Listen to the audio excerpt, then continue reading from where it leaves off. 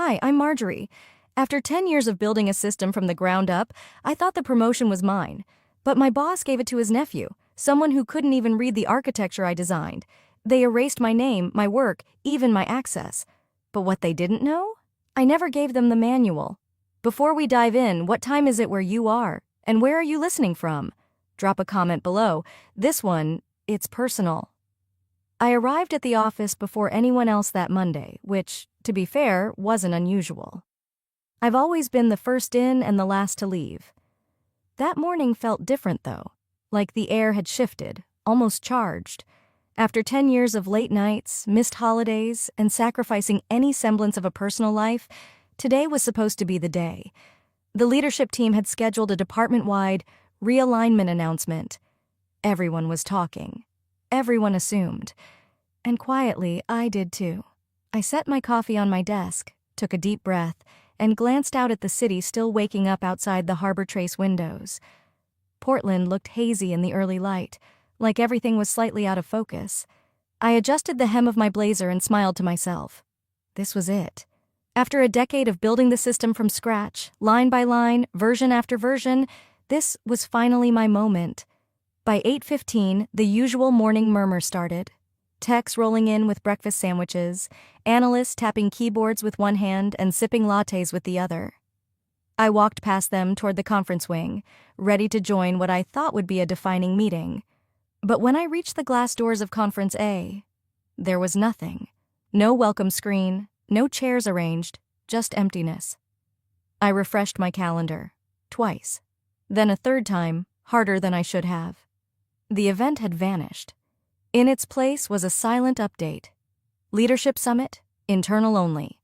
My invite was gone. No explanation, no text, just removed. Before I could process it, my phone buzzed with a LinkedIn notification. That sound, short, harmless, would come to mark the turning point of my career.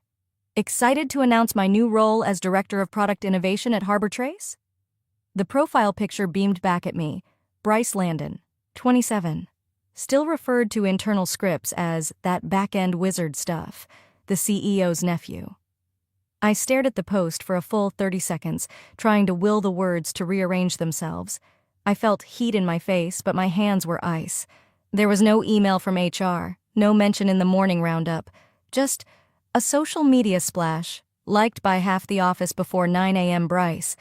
The same Bryce who last week couldn't explain the difference between the staging server and the live environment. The same Bryce who, 4 days ago, stood beside my desk, biting his lip and whispering, hey, Marjorie, can you remind me again which part handles the external API handoffs?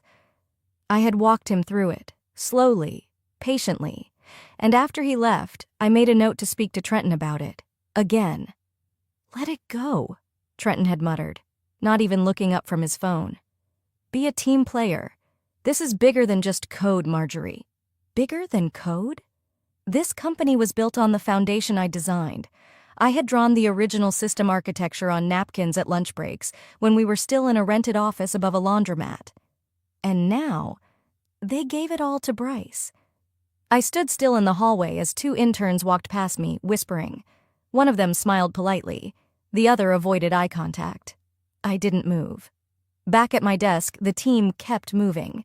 My screen blinked with unread messages, none of them for me. I reached for my tote bag. It didn't take long to pack. I kept very little at work, by design. A potted succulent, a framed photo of my sister's twins, a mug that said, "Shipping is my love language." That was it. I passed Joseph, the CTO, on my way to the elevator. He looked up at me, hesitated, and kept walking. By the time I reached the lobby, I felt the first crack in my composure. Not rage, not even sadness, just hollowness. I got into my car and sat there, gripping the steering wheel, the LinkedIn post still glowing on my phone. I could hear laughter from a group just outside the building. Probably the new hires. They didn't know who I was, and maybe that's exactly what Trenton wanted. But here's the thing. I don't let people erase me. I've watched this game play out before, with my father, a brilliant electrical engineer who was quietly pushed out just before his startup went public. They erased his name from the IP filings, and he never recovered. But I learned from him. That's why 3 weeks ago, long before they changed the meeting, I began backing up every architecture map, every original draft, every build timeline. Each document was signed, time-stamped, and sent to a secure drive linked to my attorney. They thought this was the end for me, but I'd already started preparing for a moment like this. Weeks ago. The moment I noticed Bryce's business card sitting in the break room trash, I felt like I'd swallowed glass.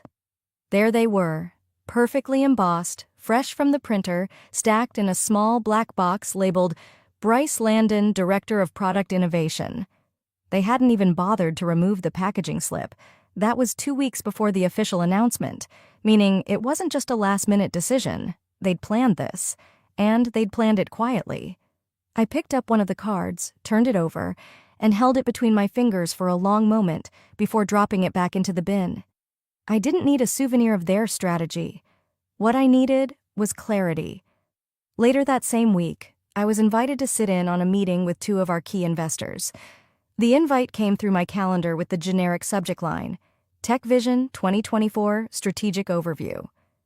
It wasn't rare for me to join investor meetings. I'd usually present a few metrics, run through back-end scalability slides, then let the VPs take over. That morning, I prepped everything like I always did, carefully, methodically, color-coded slides, usage projections, system diagrams. I even added a personal touch, a snapshot from our early codebase that showed how our system could now handle 4 times the load it could just a year ago. This was my work, my team, my code. I walked into the conference room early and sat near the back, laptop ready. Investors trickled in, then the leadership team. Trenton walked in behind them, and to my surprise, Bryce was at his side, smiling like a kid about to open birthday presents. That's when the confusion set in. I wasn't listed on the printed agenda. And before I could ask anyone about it, the meeting began. Trenton opened with a few high-level statements, then passed the clicker to Bryce, who launched into a presentation using slides that looked suspiciously familiar.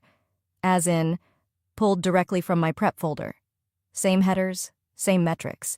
He'd dumbed down the language and stripped out the technical details, but the bones of it were mine. My name wasn't mentioned, not once. I sat there and watched him butcher my system, calling our hybrid authentication framework a smart login thing, and our alert manager the ping service. Across the table, Joseph, our CTO, said nothing. He sat like a statue, occasionally nodding, but his eyes never met mine. I caught Declan, the deputy CTO, glance in my direction once. Just once. I held his gaze. It was pleading, wordless. Say something, please? But he looked down and stayed silent. That cut deeper than Bryce's idiocy ever could. Later that day, I passed Joseph in the hallway near the elevators. He opened his mouth slightly, maybe about to speak, then offered a tight-lipped smile instead. I kept walking. Back in my office, I pulled up the shared drive and checked the permissions on my prep folder. Sure enough, it had been accessed by Bryce 2 days prior. No download logs, of course. He'd just copied the structure and rebuilt it elsewhere. Slick. I didn't cry. Not out of strength, out of familiarity. I'd seen this kind of thing before.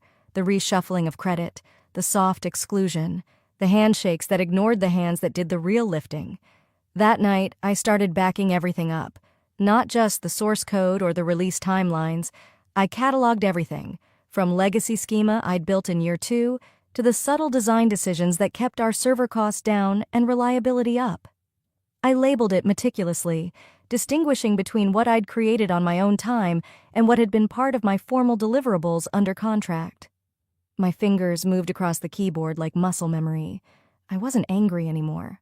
I was awake, and when I zipped all the files into a single encrypted folder and uploaded it to a private cloud, I didn't hesitate before sending it to a contact labeled simply N. Bellamy Legal. They thought I was going to cry over a LinkedIn post. I was building my defense while they were building their facade. It was almost midnight when I opened that email. The apartment was quiet, aside from the faint hum of my refrigerator and the occasional creak of my heating vents. I was sitting on the floor, my laptop balanced across my knees, trying to clear out some lingering messages before calling it a night. That's when I saw it. An unread thread forwarded from Silas. The subject line was vague. Follow-up, transition planning notes. At first glance, I assumed it was a routine thread I'd been CC'd on by mistake. But when I clicked it open and started reading, the words didn't feel routine. They felt deliberate, cold, calculated.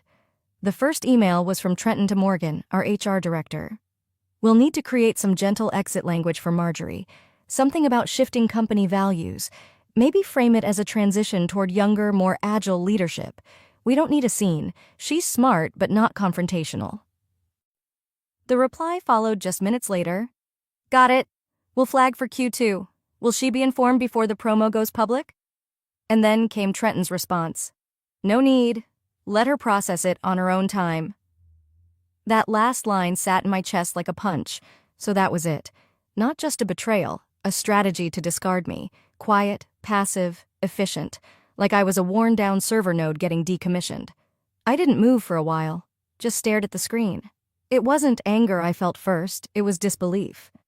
Disbelief that after everything I had built for this company, they were plotting how to erase me with smiles and euphemisms. I closed the laptop, stood up, and walked to the kitchen. I poured a glass of water, though I didn't drink it. My thoughts were moving too fast to swallow anything. The next morning, I arrived at the office early, as usual. I planned to send out a system notice to the dev team, routine maintenance scheduling. I logged into my laptop, opened Slack, and stopped cold. My access was gone. Every channel, gone. Every thread, gone. My name didn't even appear in the org chart anymore. At first, I assumed it was a bug. I restarted. Logged in again. Still nothing. I walked to the IT department, forcing calm into each step. Inside, a junior tech looked up from behind his monitor and offered a stiff smile. Hey Marjorie, I was told... Told what? I asked, my tone sharper than I intended. He swallowed. That your permissions were being transitioned. Leadership's directive. Leadership? They didn't even have the courage to tell me to my face. They just shut the door and flicked the switch. I left the office without saying another word. Drove home in silence, Portland's streets blurred by windshield wipers and muted anger. Back in my apartment, I sat at the kitchen table and opened the oldest file folder on my external drive. I hadn't touched it in years. It was labeled simply, Dad. Inside was a scanned image of my father's notebook, his handwritten schematics for a modular battery design he'd developed in the mid-90s. His company had pulled the same move, phased him out right after using his prototype to land funding. They replaced him with a younger engineer who took credit. He never fully recovered. One night, not long before he died, he said something I never forgot. Don't give them the keys, Marge. They'll smile while they lock you out. Keep your own damn copy of the blueprints. I had. I kept everything. That night, I opened a blank document and began typing. A detailed list of every subsystem I'd authored. Every line of logic, API interaction, algorithm design choice, time-stamped and mapped back to my original Git history. I color-coded sections by authorship, personal, pre-employment, collaborative. Then I opened my encrypted email thread with Nadine Bellamy, my IP attorney, and began attaching files. Slowly, methodically. I didn't send them yet. Instead, I closed my laptop, leaned back in my chair, and stared at the ceiling.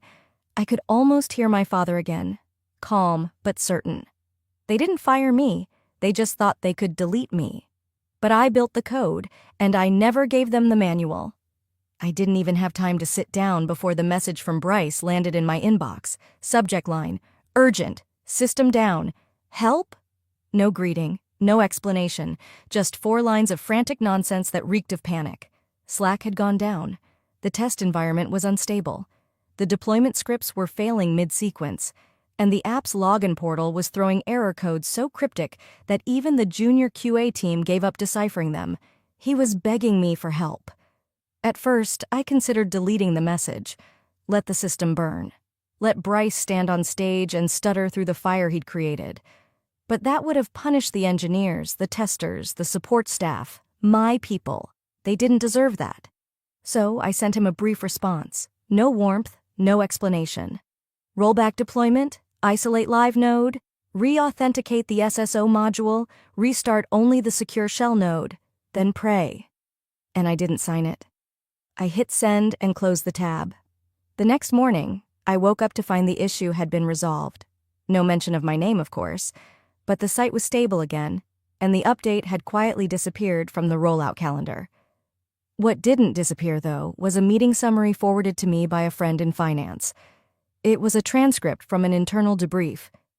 "We're investigating why legacy code contributed to the deployment conflict," Bryce had said. It appears to be remnants of the earlier framework structure, before I started optimizing things. Before he started optimizing, I could feel my jaw tighten as I read those words. I didn't just write that framework. I built the damn foundation he was standing on. And now he was treating it like a defective hand-me-down he found in a bargain bin. They weren't just taking credit anymore. They were rewriting the record. 2 nights later, the company hosted an off-site celebration at some rooftop venue downtown. The official line was that it was for new strategic vision alignment and emerging leadership. Every department got invites. RSVPs flooded internal email, except mine. Not that I needed a formal notice to know I was excluded. The silence was its own form of communication. But when Silas texted me from the elevator, "Aren't you coming? Thought you were giving a speech?" I had to fight the lump forming in my throat. I typed out a lie. "Busy with client calls tonight. I told them in advance." I tossed the phone across the couch and grabbed my laptop, pretending to work while the party raged somewhere I'd once been a pillar of. The next morning, I woke up to photos. Bryce standing center stage holding a crystal plaque with his name on it. My team clapping. My features didn't appear in any picture, not even in the background. I was gone. Like I'd never existed. They weren't firing me. They were scrubbing me, like mold behind drywall. Cut, sanded, painted over. I didn't cry. I didn't scream. I got dressed, brewed coffee, and sat at the dining table. I opened a new draft in Gmail. To Trenton Merritt, CC, board at Harbor Trace BCC, Nadine Bellamy, ESQ. It wasn't emotional, it wasn't angry, it was surgical.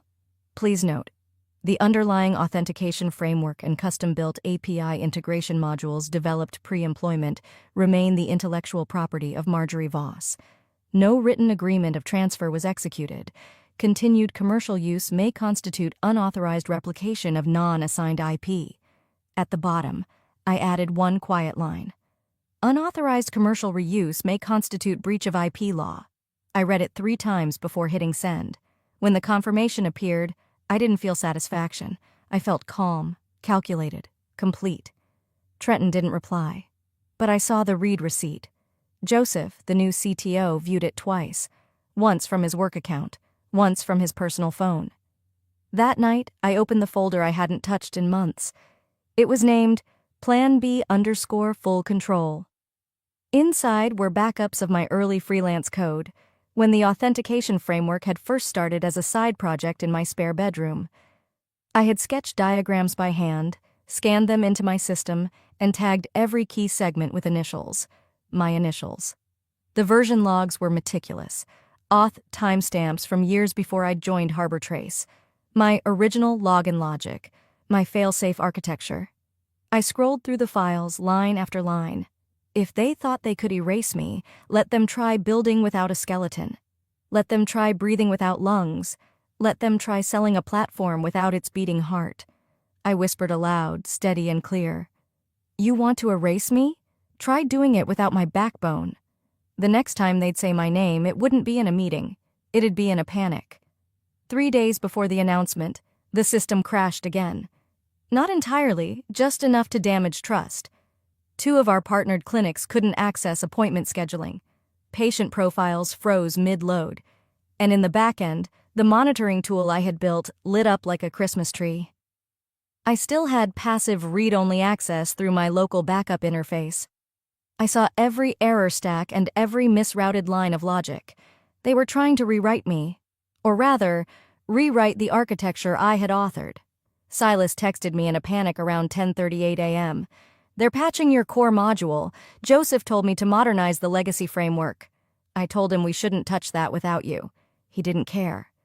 By noon, the patch had failed. The environment fell out of sync, and for 90 long minutes the system was effectively blind. No user logins, no external API calls.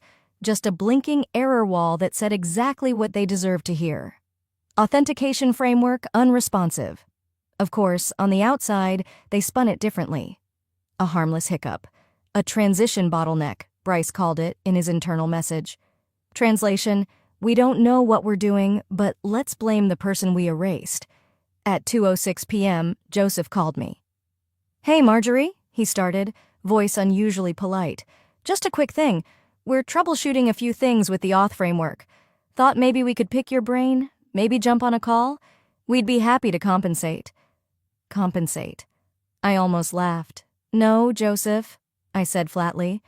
"I think we're past that. If you need anything, you can reach out to Nadine Bellamy. She's handling my side now." Silence. Then a quiet, "Understood." I hung up without saying goodbye. Nadine already had the documents prepared. I forwarded her the latest logs, plus the internal message Silas had slipped me. She responded within the hour. "We're filing a formal notice of proprietary authorship and prior IP registration. It'll hit their inboxes by morning." She attached metadata records from GitHub, dated 2016, nearly a year before HarborTrace even existed. Every comment, every line, carried my signature logic. They thought they were rewriting legacy code? They were trying to repaint a wall without checking if it held the house up. The next day, chaos made itself public. Screenshots of user errors flooded the HarborTrace support thread on Twitter. One mom posted a screenshot showing she couldn't access her son's vaccination record. Another user claimed their pharmacy integration had failed mid-prescription sync. The tweets got likes, then retweets, then angry threads, then blog posts. Bryce posted a bland apology tweet, then deleted it an hour later. Meanwhile, someone from HR quietly sent an email across departments. "Please refrain from discussing technical issues via Slack or with any external contacts. Keep communications internal." Translation: shut up and pretend. Silas messaged me again, this time with a screenshot from the internal Slack, a message from Trenton himself. "We need to contain this before she goes public." She, me, not Marjorie. Just the problem. They didn't want the world to know that their product was being held together by someone they had thrown out with their garbage. But it was too late. The dam was cracking. I didn't reply to Silas. I didn't need to. Instead, I sat down at my desk and opened my password manager. I deleted every HarborTrace credential I had: admin logins, server remotes, API keys. Every thread of access I'd once protected like sacred code, I now removed with clinical precision. When I closed the program, I looked up at the 2 sticky notes taped above my monitor. One was old, faded, and wrinkled, my dad's handwriting from years ago, scrawled in his lab-slanted cursive, "Never let them forget what you built." And the other, bright orange, ink still fresh, "Plan C, in case they underestimate you twice." I opened my personal LLC folder. The files inside had names like AutoAuth_V1, 3 inches, and SecureSession_V2, personal rebuild. Versions of my system refactored, restructured, independent of HarborTrace but built from the same DNA. My DNA. I wasn't just preparing for legal fire. I was building my next platform. And if they thought I'd been bluffing, if they thought I'd fold because I wasn't sitting in their corner office anymore, they were about to find out what bluffing looked like. When it came with proof, paperwork, and a legal arsenal, I had let them dig their own grave. And now I was standing at the edge, watching them shovel faster. It started with an email from Clearline Capital, Lenora Chase's investment firm. Her assistant, polite and oblivious, thanked me for the updated authentication slide deck. At first, I stared at the screen, confused. I hadn't sent Lenora anything in months. Curious, I requested to see what they were referring to. She obliged, attaching the deck. My slides, my color palette, my original system diagrams. The same ones I created 6 months ago for a private technical presentation, meant only for internal training. Except now, the watermark had been cropped out. My name, deleted. My work, repackaged under HarborTrace's branding. No attribution, no credit, just a clean corporate theft buttoned up in a PDF. I didn't panic. I screenshotted every slide, every page. Then I opened my legal folder and created a new document, Unauthorized use Exhibit C. I added the timestamps, then the original metadata, then the email exchange from Trenton 6 months ago where he had praised the clarity of my design. Then I hit save. Just hours later, the system broke again. This time it wasn't just a glitch. It was a crisis. 2 hospitals, our pilot clients in Boston and Phoenix, both experienced simultaneous lockouts. Their clinicians couldn't log in. Password resets failed. Even 2-factor authentication hiccuped. The outage lasted 17 minutes, but in medical tech, that might as well be 17 hours. One of the hospitals canceled their expansion deal that same day. Their official statement? Data reliability and operational transparency not up to standard. I knew what they meant. We looked sloppy. Sloppy kills trust. And once again, Bryce stood in front of the board and called it legacy code issues. I wanted to scream, but I didn't. I didn't need to.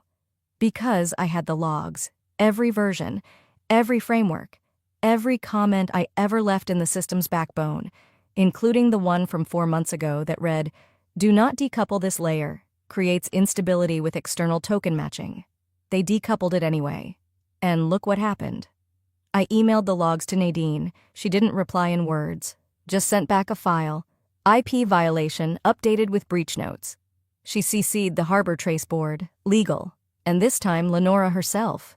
The email included the original GitHub repo timestamps, my internal emails to Trenton, the investor slide deck with metadata proving it was mine, a formal cease and desist warning on behalf of my LLC SecureMedX. By the end of the day, Joseph called. I didn't answer. Trenton didn't even try. But the message had been delivered, and unlike their systems, it wasn't crashing anytime soon. That night, I opened LinkedIn. No fanfare, no flair. Just a simple update. Systems architect, IP owner SecureMedX, built it once, won't let it be stolen twice. The name wasn't new to me.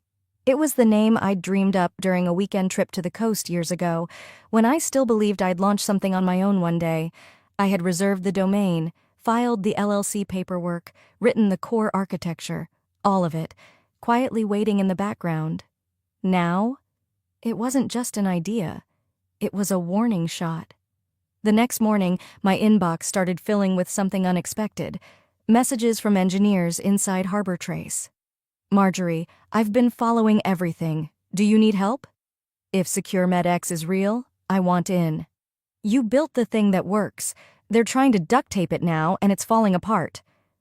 They didn't know it, but I had a list already.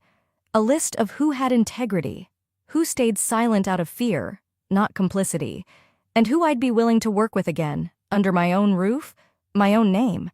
As for Bryce, he was still tweeting vague updates, still smiling in photos with the board. But his eyes were starting to crack, the bravado slipping, the PR polish dulling. They thought I'd just disappear quietly, be their technical ghost, locked outside, powerless. But I wasn't hiding anymore. I had my own name, my own code, my own plan, and a paper trail that didn't just expose what they took. It proved I could take it all back. I gave them the chance to walk away, but they chose to run with my work, and now they're running straight toward a wall. The first call came in while I was folding laundry. I let it go to voicemail. The second came minutes later, then a text, then an email, all from Joseph. "Please, we need a technical overview. It's bigger than just the patch." I didn't respond. I had no interest in being the janitor for the disaster they engineered. But when the third call came, this time from Joseph's assistant, I paused. "Miss Voss, the board would like to request a direct conversation with Lenora Chase. She asked for you by name." That made me stop mid-step. Not Trenton. Not legal. Lenora. I closed the laundry room door and moved into my home office, my heart steady. Finally, someone who wasn't trying to silence me, but someone trying to understand why everything was collapsing. I didn't reply immediately. I wanted them to wait. Then I sent back one line. "Your board doesn't need an overview. They need a history lesson." Lenora agreed to come to me, not the other way around. That shift alone told me everything I needed to know about who still held control, and who had just lost it. She arrived the next morning in a sleek charcoal suit, her demeanor clipped but far from hostile. No entourage, just her, a leather-bound notebook, and eyes that had seen too many polished lies. We didn't start with small talk. "I'll get to the point," she said, placing her notebook on my kitchen table. Trenton told us he was the visionary behind the core infrastructure, that the platform's architecture was a collaborative build with his direction. I pulled a folder from the cabinet behind me, labeled Genesis, and slid it across the table. Inside were printed GitHub timestamps from 2016, original sketches in my handwriting, a copy of the IP registration filed weeks before Harbor Trace Incorporated, the email Trenton sent me thanking me for saving the project with that auth layer rework. Lenora flipped through the pages. Her expression didn't change, but the way she exhaled said enough. She finally spoke. "There will be an emergency board session tomorrow morning. We'd like you to attend." I nodded once. "I'll be there, but I won't be quiet." Lenora stood, gathering the folder with careful precision. "I wouldn't expect you to be." Later that night, with the house quiet and the sky bruised with rain clouds, I reopened a file Nadine and I had been building. Trenton_pitch_archive.pdf. It was the original investor deck Trenton used in the Series A funding round. Buried on page 11, a system diagram I recognized instantly. My arrows, my color palette, my code logic, but under the diagram was a label in bold, designed and engineered by Trenton Wexler, CEO. My jaw clenched. I forwarded the file to Nadine with one sentence. This was used to secure funding. 10 minutes later, she called. "This is beyond IP theft, Marjorie. This is fraud. You're looking at potential securities violations, misrepresentation to financial investors." For the first time, her voice wasn't just legal. It was livid. And suddenly, it all became clearer. This wasn't just about a promotion, or a title, or code. This was about a company built on a lie.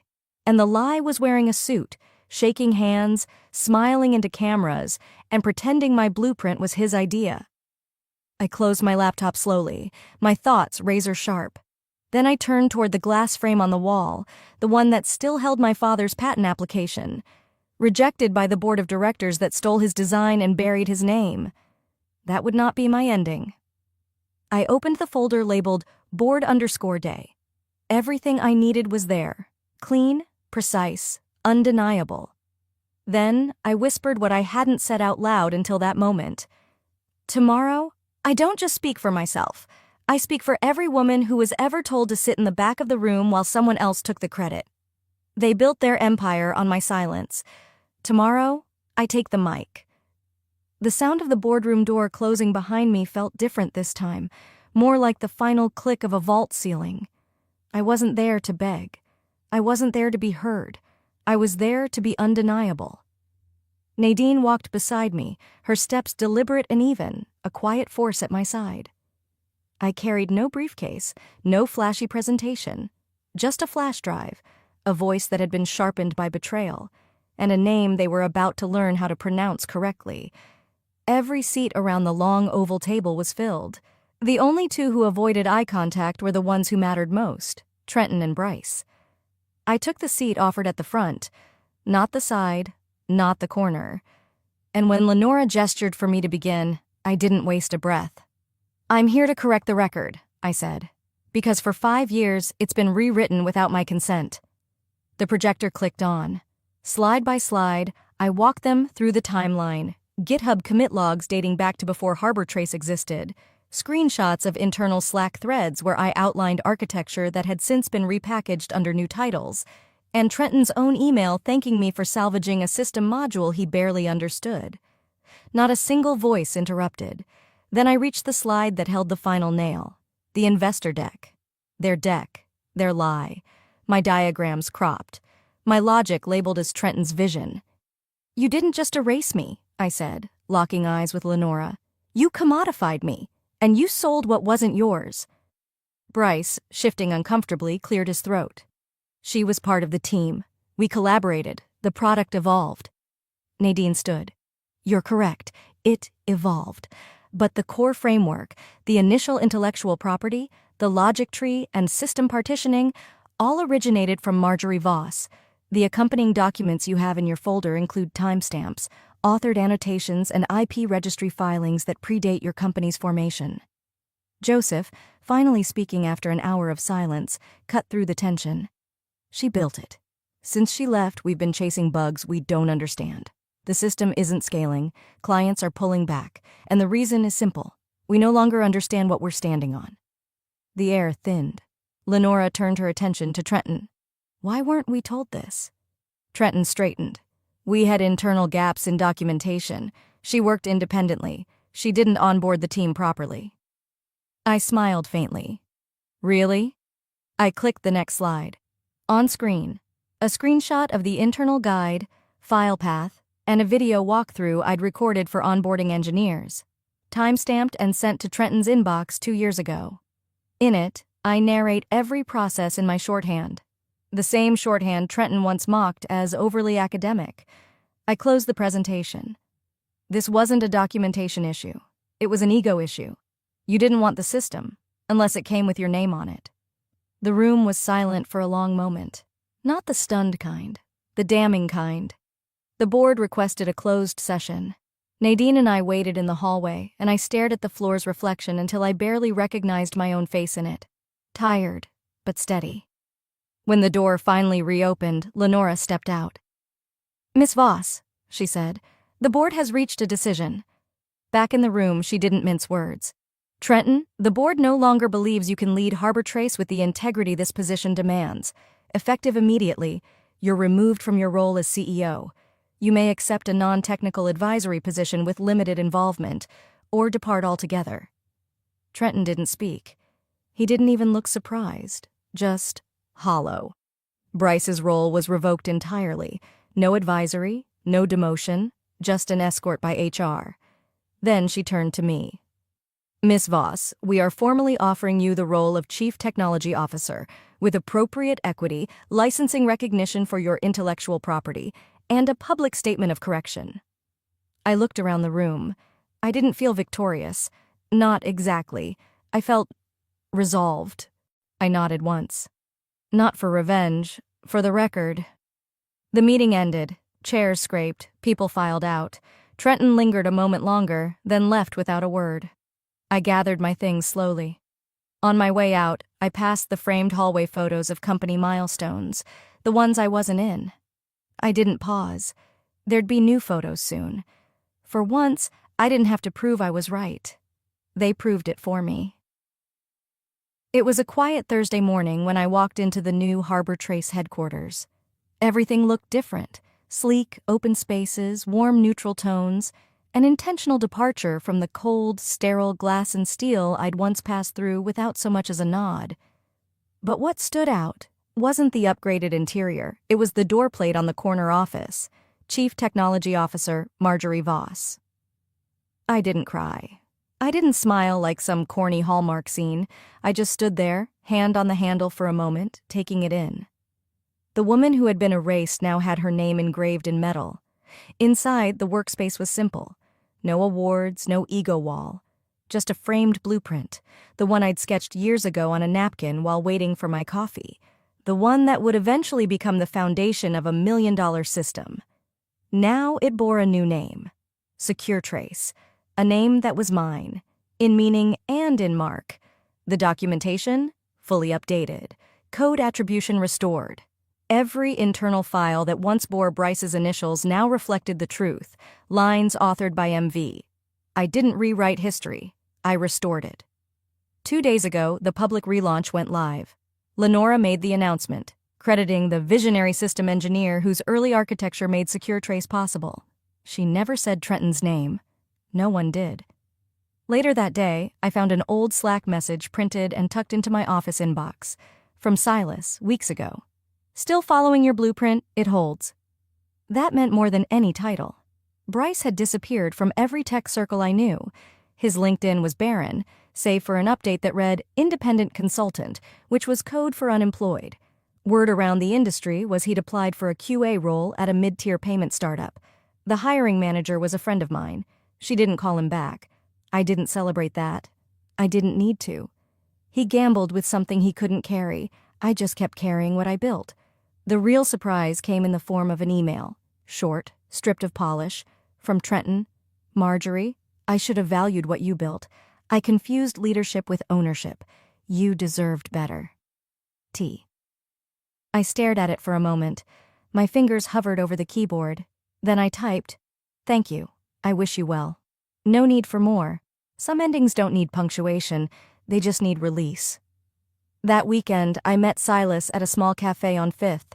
We sat by the window, cappuccinos in hand, and talked about everything except Harbor Trace, until he finally said, "We've got 6 engineers ready to join you, by the way, if you're still planning to build that new platform for ethics-driven design." I smiled. I never stopped planning. I just needed space to build it without asking permission. He raised his cup. "To secure MedX." "No," I corrected gently, "to what comes next." Because that's where my focus had shifted, from reclaiming my past to mentoring the future. The LLC wasn't just a shield anymore, it was a vessel. We were building tech that worked for people. Systems that included women, protected data, and valued transparency over politics. Young engineers, especially women, started emailing me. Some wanted jobs. Others just wanted to know how I didn't give up. I told them what I wish someone had told me when I was 35 and silently watching someone else take the mic. Build your own table, and if they don't invite you, bring your own chair, your own voice, and your own damn blueprints. 3 months ago, I walked out of a boardroom after proving my worth. Today, I walk into rooms where I don't have to. They know, and more importantly, I know. Some scars never fully fade. But when you write your truth into the future, the past can't erase you. And maybe that's the real takeaway. When someone tries to silence your voice, the most powerful thing you can do is speak louder, with your actions, your boundaries, and your truth. Have you ever been in a situation where you had to fight for credit that was rightfully yours? Share your experience in the comments. We'd love to hear it. If this story resonated with you, don't forget to like, subscribe, and turn on notifications. More powerful, real-life inspired stories are on the way.